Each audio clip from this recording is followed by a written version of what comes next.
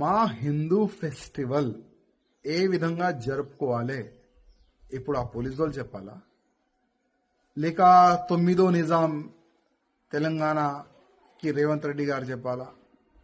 అసలు ఏంది మా ఫెస్టివల్ ఎట్లా జరపాలి అది మీరు మాకు చెప్తారా?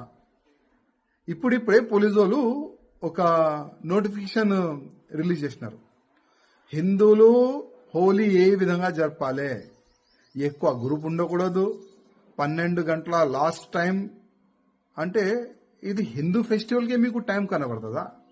ఇవాళ ఈ రంజాన్లో 30 డేస్ మొత్తం నైట్ నుంచి పొద్దుగాల వరకు ఎంత న్యూసెన్స్ అవుతుందో అది మీకు కనబడతలేదా? కానీ కాదు, మేము 9 నిజాము ఏ విధంగా నిజాం కాలంలో హిందువుల పైన హిందువులు ఏ విధంగా ఫెస్టివల్ జరుపుకోవాలి, ఏ విధంగా జరుపుకూడదు, ఆ సమయంలో కూడా నిజాము ఒక నోటిఫికేషన్ తీసేది. అదే స్టైల్లో కాంగ్రెస్ గవర్నమెంట్ వెళ్తుంది, అదే స్టైల్లో ఈ నిజామియా పోలీస్ వెళ్తుంది.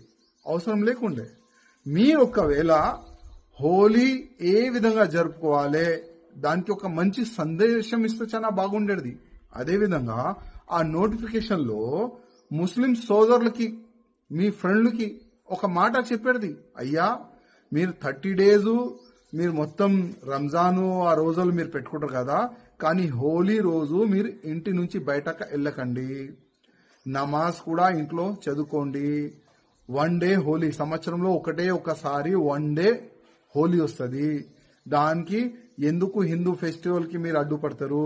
ఎవరైనా హిందువులు కలరు హోలీ రోడ్ పైన గల్లీలో కాలనీలో ఆడితే మళ్ళా మీ పైన పడితే లేనిపోని ఆ తలకాయ ఎందుకు, ఆ తలకాయ నొప్పి ఎందుకు? అందుకోసము మీరు ఇంట్లోనే రంజాన్ సమయంలో ఇంట్లోనే మీరు నమాజ్ చదువుకోండి.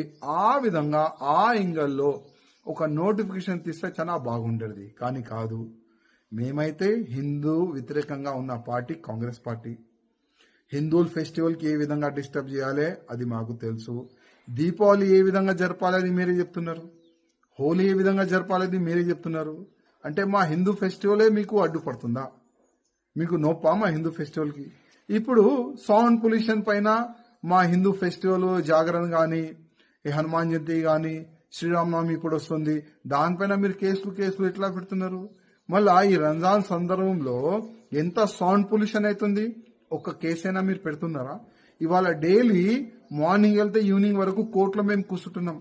సౌండ్ పొల్యూషన్ పేరు పైన మీరు ఎన్నో కేసులు మా పైన బుక్ చేసినారు, కానీ ఒక్క కేసు అయినా ఏదైనా మస్జిద్లో సౌండ్ పొల్యూషన్ అవుతుంది అని ఏదైనా ఒక కేసు అయినా మీరు చేసినారా? ఏదైనా మౌల్వీ పైన కానీ, ఆ మస్జిద్ అధికారుల పైన కానీ కాదు.